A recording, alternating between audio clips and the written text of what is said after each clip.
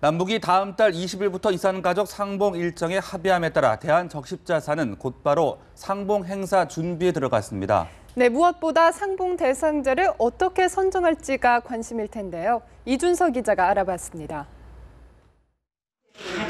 상봉 대상자 선정 작업은 대한적십자사 내 외부 인사들로 구성된 인선위원회가 주관하게 됩니다. 최종적으로 북측 이산가족을 만나는 대상자는 100명. 먼저 이산가족 찾기 신청자 가운데 무작위 컴퓨터 추첨으로 5배수인 500명을 선발합니다. 이때부터 선정 작업이 본격화합니다. 인선위원회는 고령자와 직계가족 우선 원칙, 그리고 건강 상태를 고려해 2배수, 즉 200명으로 압축합니다. 이어 북측과의 생사 확인 작업을 거쳐 다음 달 8일 최종 명단을 확정합니다. 동반 가족도 150명 안팎 동행할 것으로 보입니다. 80대, 90대 이상이 대부분이기 때문에 동반 가족 없이는 가기 어렵다는 것들을 북측에 충분히 설명을 했고 100명에 대해서 동반 가족이 한 150명 정도는 갈 수 있다. 상봉단은 상봉 전날 강원도 속초에서 별도의 방북 교육을 받고 상봉 당일 금강산으로 이동합니다. 상봉 행사는 7일간 2박 3일씩 1차와 2차로 나뉘어 진행됩니다. 상봉 첫날엔 단체 상봉, 둘째 날엔 개별 상봉과 야외 상봉, 마지막 날엔 작별 상봉을 하게 됩니다.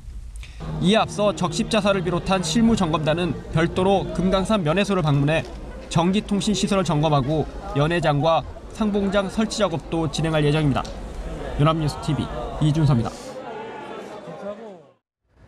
이번 추석 이산가족 상봉은 박근혜 정부 들어 두 번째 상봉 행사이고 2000년 8월 첫 상봉 이후로 보면 20번째입니다. 네, 어떤 방식으로 진행되고 앞선 상봉 행사들과 어떤 차이점이 있는지 강은나래 기자가 알아봤습니다. 다음 달 20일부터 열릴 이번 20차 이산가족 상봉 행사는 실무 단계에서 새로운 전례를 남겼습니다. 남북 적십자 실무 접촉이 밤샘 협의로 이어진 건 이번이 처음인데 지난해 2월 19차 상봉 당시에도 4시간 반 만에 끝난 바 있습니다. 상봉 기간은 7일. 역대 상봉 행사 기간을 보면 최장 12일간 진행된 2006년 노무현 정부 당시 14차 때보다는 짧지만 18차와 함께 역대 두 번째로 길고 평균 5.8일보다도 하루 이상 깁니다. 상봉 대상자 수는 남측과 북측 각각 100명, 모두 합해 200명입니다. 이례적으로 400명이 상봉한 14차 때를 제외하면 앞서 치러진 상봉 행사들과 동일한 수준. 지난해 2월 대상자 200명 중 170명이 상봉장에 나왔고 동행한 가족들까지 전체 상봉 인원은 800명 정도였습니다.